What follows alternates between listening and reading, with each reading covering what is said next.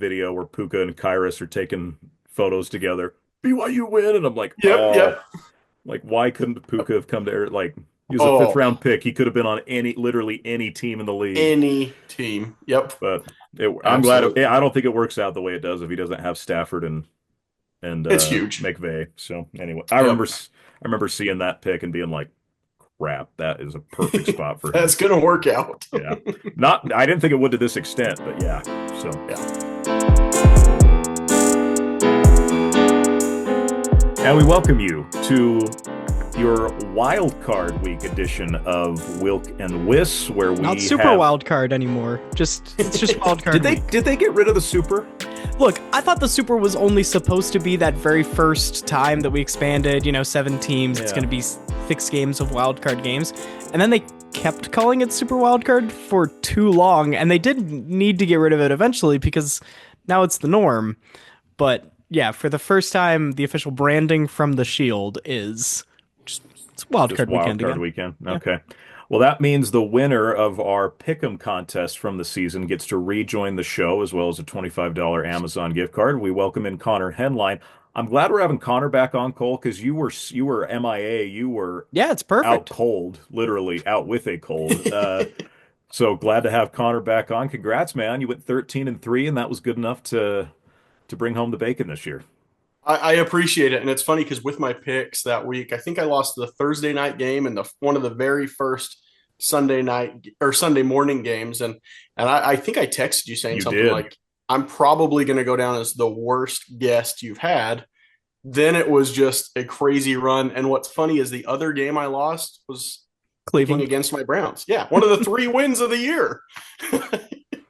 So Hey, yeah, those 3 wins get you a pretty decent draft pick. I'm sure we'll get into oh, that. I am excited about that. Yeah. Yeah, it Absolutely. was. It was the first Sunday slate game, Jets versus Patriots, that you got wrong. Yes. Thursday night, which you got screwed because you picked the Vikings, and the Yep. Vikings Rams now will be a rematch, and we'll talk about it. This is all coming full circle here. Redemption. Uh-huh. And then yeah, your Browns. Those were only 3 losses, and that's 13-3 will get you the $25 this year. Absolutely. I would have liked 14-2, but I would have rather have had, I guess, one Browns win. One I of the mean, we three can't all be Browns Scott wins. Wilkinson pulling out 16-0s left and right. Yeah. Yeah. The week we have my dad on, he goes 9-7. It's good. And we were considering him that week. He went 16-0. Oh, Just in a regular pick'em pool. And yeah, needless to say, it's very strategic when we put people on. And anyway, so that's awesome. by the way, got to give my dad a shout out. This is a football podcast. He was at the Duke game on Tuesday, had really good Yes. seats. Like I have never wanted a pro prospect more on my professional team than I want Cooper Flagg on the Jazz. Like I thought I wanted Trey Burke on Utah, and then I got him. That was a bust. Thought I wanted Jabari Parker. That didn't happen, and ended up working out fine at the end of the day. I wanted Marvin Harrison Jr. in Arizona. Got him. Glad to have him. Think he's going to be still really good down the road. Yeah. Like guys, Cooper Flagg, man. Like Oh, I uh, don't know. That just oof. that dunk, I have watched that 200 times. Like, absolutely unreal. My dad maybe goes to a Duke game every other year since they've lived out in North Carolina. Kind of depends. He's got to strike like at the right time because tickets have been so pricey with Uh-huh. between the recruits they've had, Coach K being in his last year. I mean, and Cameron Indoor is a tiny stadium, so I mean, it's.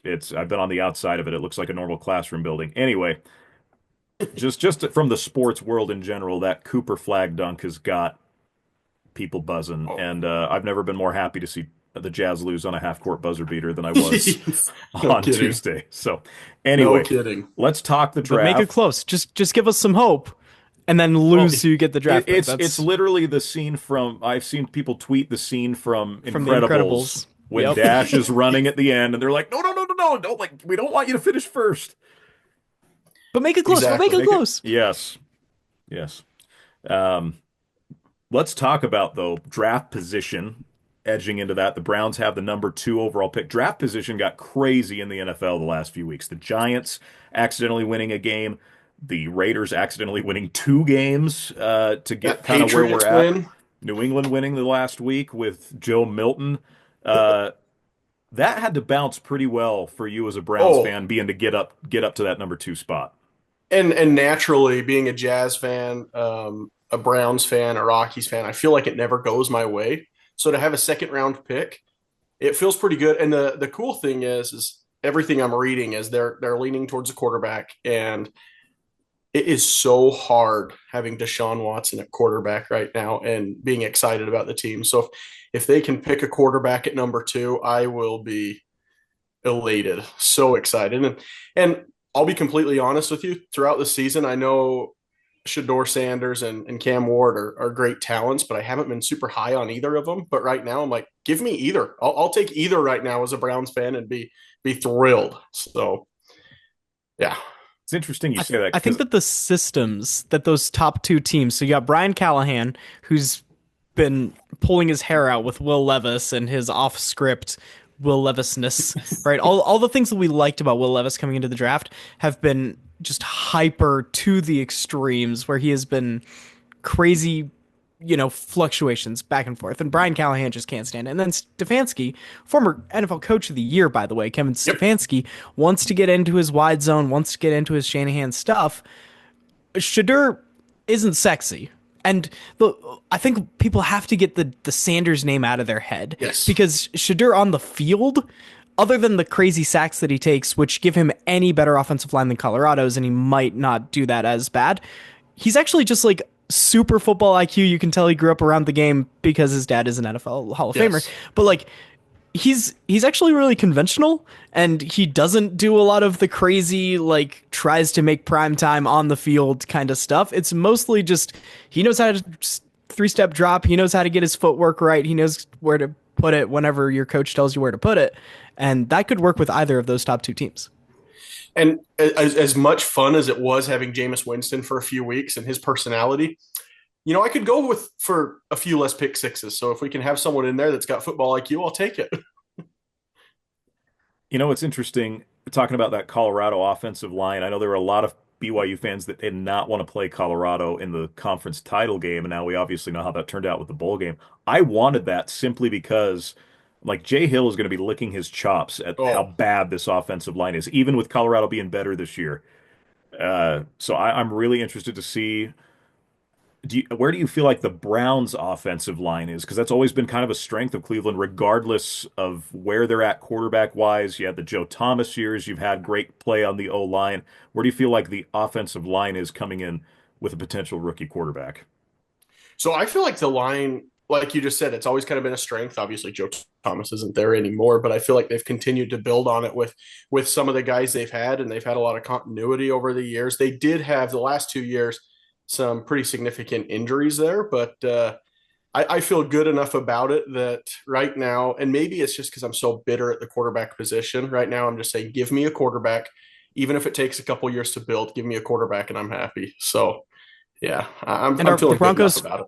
the Broncos fans that listen to this will attest that you can get out from under a really bad a historically bad quarterback contract if you hit on a cheap rookie quarterback, and they can do just about anything. Perfect. Absolutely. Great example. And even look at Absolutely. even look at Houston moving on from Deshaun Watson. Can the Browns replicate that same thing Yeah. with someone like I'm a little higher on Cam Ward. Just I think his ceiling's a little bit higher than Shador's. I think the risk is also a little bit higher there. So I'm real interested in the mock drafts I do that I tweet out. I haven't been super high on either of those guys. My mock's going to change a little bit on Monday. I've been tweaking around with it today specifically. It's going to be very different on Monday. That's because Carson Beck's going back to college. You can't put him in the first round anymore. Oh my gosh. The other thing Uh, as a Browns fan that I'm excited about with this number two pick is I saw a tweet the other day, and I didn't take the time to really look into it and see how accurate it is, but it said basically there are a handful of quarterbacks in the league that are difference makers, and then anything past that, you can kind of plug and play just about anyone. And you've probably seen the Browns jersey that has all the quarterbacks from Detmer Yes. and on. Actually, I think Detmer's number two on there, but is it Tim Tim everyone's kind of Couch. like, It's a Tim Couch yes, jersey it's a because Tim it's the Couch number jersey. two. Hmm. Yes. So after experiencing just an absolute mess at quarterback my whole life, I just would love to have a franchise guy. It would be awesome. I mean, Baker's the closest I've ever had. Baker, half of a season of Derek Anderson. Kelly Holcomb got him to the playoffs, I think. Like those since 1999. Dude, That's I remember the Derek Anderson. That was like the first year I think I watched football was the Derek Anderson year because he started for the Yeah. Cardinals later later on down the stretch. that's So, true. oh boy. Oh. Well, let's get to some playoff football. Very, very busy couple days of football. Obviously, college football playoffs. Try and get through this so Cole can watch his Nittany Lions tonight, and then Oof.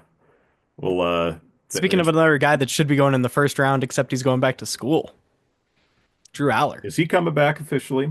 hmm That's Which, Wow. so I guess not officially, he's sort of leaked that he could. If Penn State wins the Natty, you got to think that he goes. But then yeah, Penn State's up a creek because their backup has already hit the transfer portal, despite Penn State still being in things. So honestly, like if even if Aller gets injured, heaven forbid, like yeah. I don't know if he's still eligible because the transfer portal has started because these kids got to get into class since there's no like delay for the January classes. Hmm. Anyway, Wild. yeah, weird world. Saturday. The Chargers, Cole's best pick in the preseason to get back to the playoffs, are in against the Texans in Houston. The Texans have really struggled, but they play in the worst division in football, so it kind of made it easy for them to get into the playoffs. I'm taking Houston as an upset. I think this takes one more year for Harbaugh and company to really just be a juggernaut. I think this is a close game, but I like the experience that CJ Stroud and D'Amico Ryans have from a year ago, and I think it's going to be enough for them to move forward. You stole my thunder. I cannot believe betting lines have the Chargers. I think it's the only road team in this round of the playoffs that they actually are favoring. Give me Houston. Well, I hate that we all agree here, I guess, but as much as I like watching Harbaugh and Herbert together, that's been a pretty fun relationship to watch. I believe the Chargers won in Houston already this year, right? I don't think they do it twice, and I'm just having flashbacks of the Browns going to Houston last year on the wild card weekend and just getting demolished. So I'm going off of that. So give me Houston. There's a few places where Browns fans and Steelers fans can find some common ground, and the ability of the Bengals to lose that first Saturday game of Wild Card Weekend every single year for like Yep. our entire high school or whatever it was. That was pretty enjoyable. Houston has now taken over that mantle of being the Saturday game. It seems like every single Yes. year, but they've won a couple, right? Yep. This they don't have Marvin Lewis on there, and so yeah, I think this is an okay pick by all of us. Awesome. Now let's get to AFC North football. Steelers versus Ravens. We get round three. They split this regular season series. There was a lot of talk going into that second game about how Lamar's kryptonite is the Steelers, and I tried telling people he just hasn't played them enough, and this is a different kind of Lamar now with Todd Monken. And at the end of the day, I know that the Ravens will 80% likelihood win, but I want the joy of feeling like I picked the Steelers because it's possible. And so I'm picking the Steelers and I am rooting for it. But I know it is a slim likelihood with the way that this offense is played down the stretch. You look at Bills fans are going to be rooting really hard for Pittsburgh on Saturday. They don't want Baltimore by any means, given how that matchup has historically gone. Just their matchup against Derrick Henry, period. Anytime the Bills have played the Titans, they struggled with Derrick Henry. This year it was a disaster. And Uh, it's not supposed to play in the head of MVP voters, but this race is so close that if Josh Allen goes out and just blows out the Broncos and Lamar struggles against the Steelers, like, you yeah. can't forget that. I'm taking Baltimore though. I think they have hit their stride at the right time. Pittsburgh has just hit the wrong stride at the wrong time, and that really matters when you get to playoff football in the NFL. I love AFC North football, and I am so excited about this matchup. Cole, big weekend for you between this matchup and the one on TV right now. So I'm Mhm. thinking about you, but Tanner, I was thinking about you last week when Kyle Van Noy got his money sack. That was awesome to see him get his bonus. I am going with the Ravens. They're too tough. Now that Jelly of the Month Club is going to be given all year long for Mr. Van Noy, so getting that bonus. Let's get to Sunday. Our good friend Brant Stevens, who we all know, big Bills fan, his church is now at 10:30, so he is in a real pickle come Sunday. Broncos in Buffalo. I like the Bills. I like the Bills to cover. This is look, Denver's been a great story this year. Getting back to the playoffs. Sean Payton's worked a master class with Bo Nix. I mean, Bo's exceeded every expectation I think anyone had for him, including the upbeat, maybe somewhat unrealistic Bronco fans that we know. It's going to come to an end here. Josh Allen has been the best player in football this year, in my opinion, even over Lamar Jackson, as close as I think it still is. I think Buffalo takes care of business at home. This is the closest one. This is the one I labored on the longest because I think that the Broncos have the right formula to be able to do this. Where Buffalo is weak on their defense, is right up that spine. They never really it was doubts coming into the season about that and the safety play, getting rid of the two veterans, and it never has solidified. And so where Bo Nix likes to attack on these short routes, and he'll get railed a little bit for throwing short of the sticks, but then you get that run after catch, and you can do that against the Bills statistically. And he's an older guy that has all these college starts, and so that idea of, oh, it's a rookie quarterback in his first playoff game, like, is the moment going to be too big? I don't know if it's going to be too big for Bo Nix, and I want to pick Denver, but I think Buffalo's on a mission this year to prove some things, and so I'm going to pick Buffalo. And I don't think it's going to be the last time I pick Buffalo during the course of this postseason edition of our show. I don't know if I told you, Tanner, but I had the opportunity to go to my first Browns game this year. It was Browns at Broncos. It was an awesome opportunity, and I don't remember if you guys remember that Monday night game, but it was when Jameis Winston threw like for 500 yards, but he threw two pick sixes. But what I was most impressed with, I did not, obviously being from Utah, I knew there's a lot of Broncos fans, but I didn't realize how passionate that fan base is and how fun it was. It was a really neat environment. It was cool to see the Snow College alum Garrett Bowles this weekend wave. I won't mention his time at Utah, but waving the flag after all these years of just being mediocre. Them going to the wild card. But I agree with what you said, Cole. I think the Bills are on a mission. They've been there. They've been doing it for years now, and they're trying to break through. And I don't think they let the Broncos get in the way. So I think the Bills win this one. Real interested to see how this sets Denver up going forward, though. Like, is this a one-year thing? Going to be really fascinating to see. A lot of hope for the Yeah. first time in a while over in the Mile High. So, I forgot you were going to that game. A buddy of mine who's a Broncos fan from Nephi was at that Oh, game. So really? I know two people that were at that game now. I Awesome. remember you. I do remember you telling me that. So Yeah, ton of very fun. cool. Flip the page over to the NFC. We have the Packers versus the Eagles on a real football field as opposed to what we got on opening weekend down in Brazil. Unfortunately, the Packers are a different team and a much more beat up team, I think, than even they were playing on that ice skating rink down, the bad field conditions. And it kind of started this train of injuries that they've struggled with.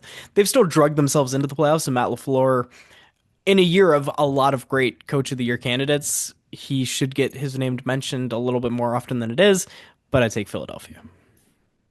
Yeah, I think Philly's injuries make this just interesting enough that you think, hold on, like Green Bay might, like if there's a coach that can outcoach Sirianni and a crew that could do this, it would be the Green Bay Packers. I still don't quite see it with the injuries. Jordan Love's knee's not right. His elbow on his throwing arm is not 100%. You got it. And look, everyone's banged up. I get it. But when you're that banged up, I think Philadelphia has just enough with Saquon running the football that they're going to still win this game by at least. I don't even know that they cover, to be honest, but I think Philadelphia is going to find a way to win at home. I think Philly I think Philly wins this game. That's where I feel like this should be an easy pick for me. But one regret I had last time that you guys let me join is that I didn't just say, you know what, I'm going with a weird one here.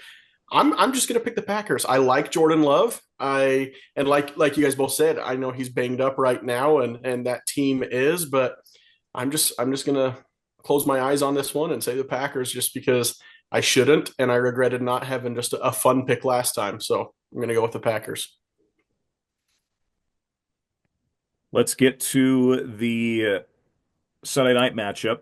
Commanders and Buccaneers. I don't know that anyone had Washington making the playoffs with Jaden Daniels, let alone being this good. with Dan Quinn and that ragtag group of veterans that they've got there, including Bobby Wagner. And then Tampa Bay, Cole, we talked about it last time. I think my best take of the season was picking Oh Tampa yeah. to win the division again, even with Atlanta getting Kirk Cousins. And look how that, I didn't think it was going to turn out that bad for Kirk Cousins, but Right. I'm going to take Washington in this game. I think Tampa kind of limped into the playoffs as well. They did enough. They did enough to get it. I mean, and Baker Mayfield had a phenomenal season. Love what Baker's done with his career, how much he's grown up since the days of Oklahoma.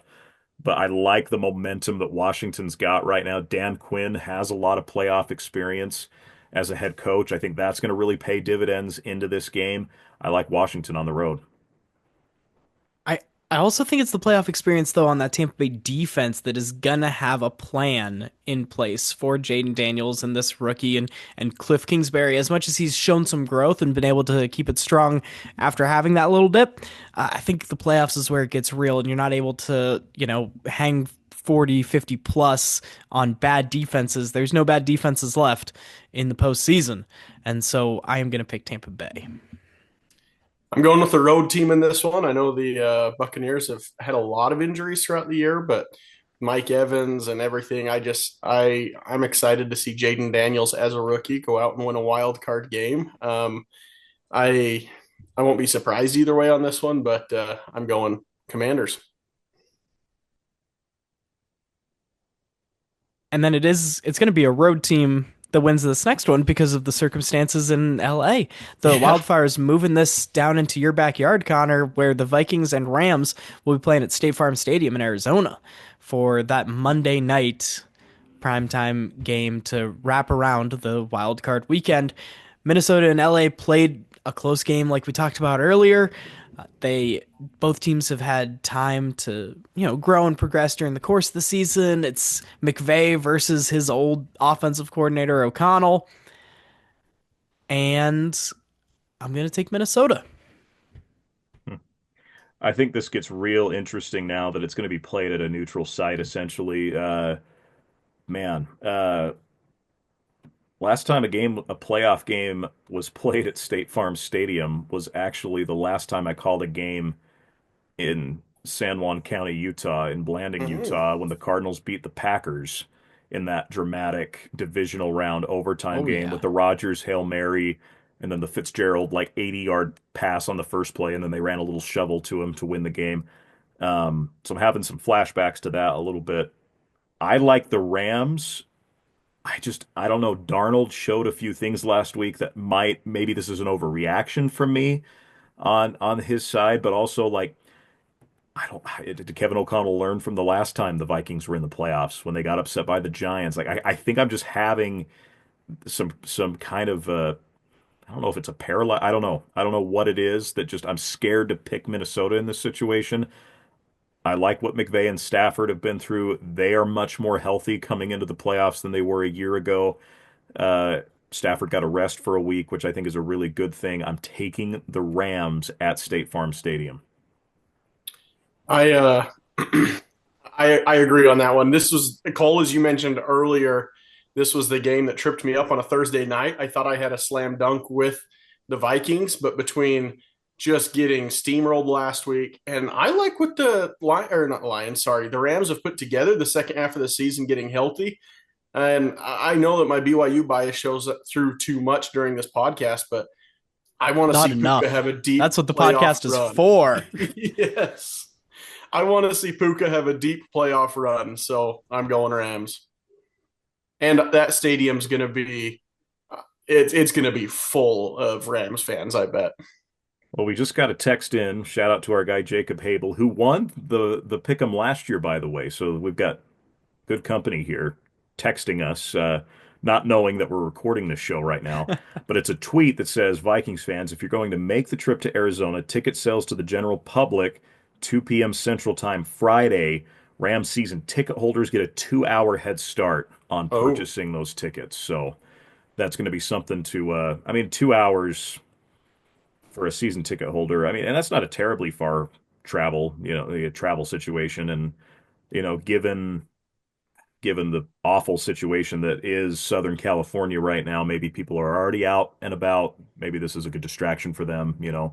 Yeah, That's one of the best things about sports when we have these awful things come through, right? It's that distraction, it's that unifying thing. And I'm hoping we see that at State Farm Stadium on Monday because man, the absolutely. more pictures that come out from this and the more, you know, it just I was at lunch today with a good friend who used to live right where that fire is going through and knows so many people that have, it's just crazy. Makes you really think and anyway, thoughts to people there in Southern California. So Yeah. Connor, my man, appreciate you coming on. We might have to have Cole and I. We were going to do a draft special last year, like almost like a live YouTube stream. Awesome. We may have you phone in for that come the number two Hey, pick in April if we pull that off this year. I would love to. You guys have me on anytime. I enjoy talking sports, and you guys are easy to people to talk sports with. So I Love appreciate it. it. Absolutely.